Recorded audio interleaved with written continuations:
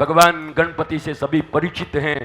कौन ऐसा भारतीय होगा जो भगवान गणपति को नहीं जानता? तो भगवान गणपति आपके जीवन में कब इतना ही सीख लो कि माता पिता का उन्होंने परिक्रमा कर दिया था, बाकी सीख के क्या करोगे महाराज? और कुछ सीखना है?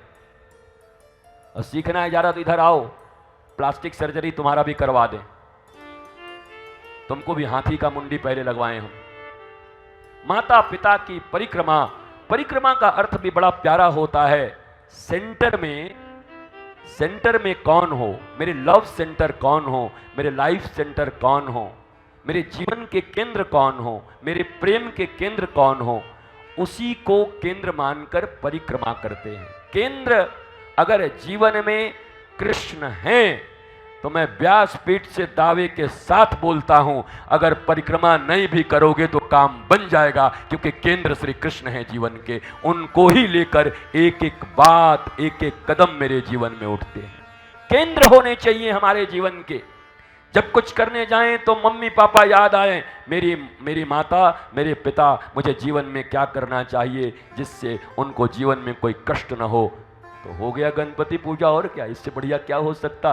प्रत्येक बालक और बालिका अगर केवल यह विचार करें प्रत्येक कर्म करने के पहले कि मेरे जीवन के केंद्र मेरी जन्म देने वाली माँ और मेरे हाथ पकड़ करके मुझे ज्ञान देने वाले और मेरे शरीर का पोषण करने वाले, मुझे ज्ञान दे करके आगे बढ़ाने वाले, दुनिया में मुझे जीने सिखाने वाले मेरे पिता हैं। मेरा एक एक कदम उठेगा तो अपने माता और पिता के प्रसन्नता के लिए उठेगा। हो गया गणपति पूजा, इससे बढ़िया गणपति पूजा क्या होगी बताओ महाराज।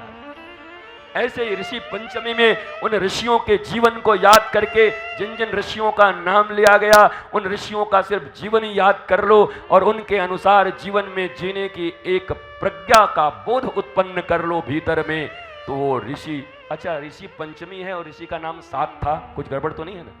ठीक है, कोई बात नहीं। 7 ऋषि हैं। इन 7 ऋषियों के अनुसार, तो इन सप्तऋषियों का क्या किया ध्रुव ने? भगवान ने ध्रुव को सप्तऋषियों के बीच में रहने का मौका दिया। किस लिए दिया? 24/7। किस लिए? बार बार बर मांगहूं हर्ष देहु श्री रंग, पद सरोज अन पायनी भक्ति सदा सत्संग।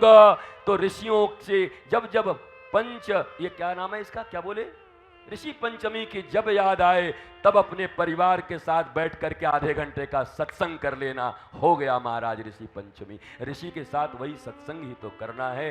तो इधर उधर न फंसकर हमें अपने प्रतीक, हमें अपने व्रतों, त्योहारों और अपने एक एक उत्सवों के उत्स को निकालना जरूरी है।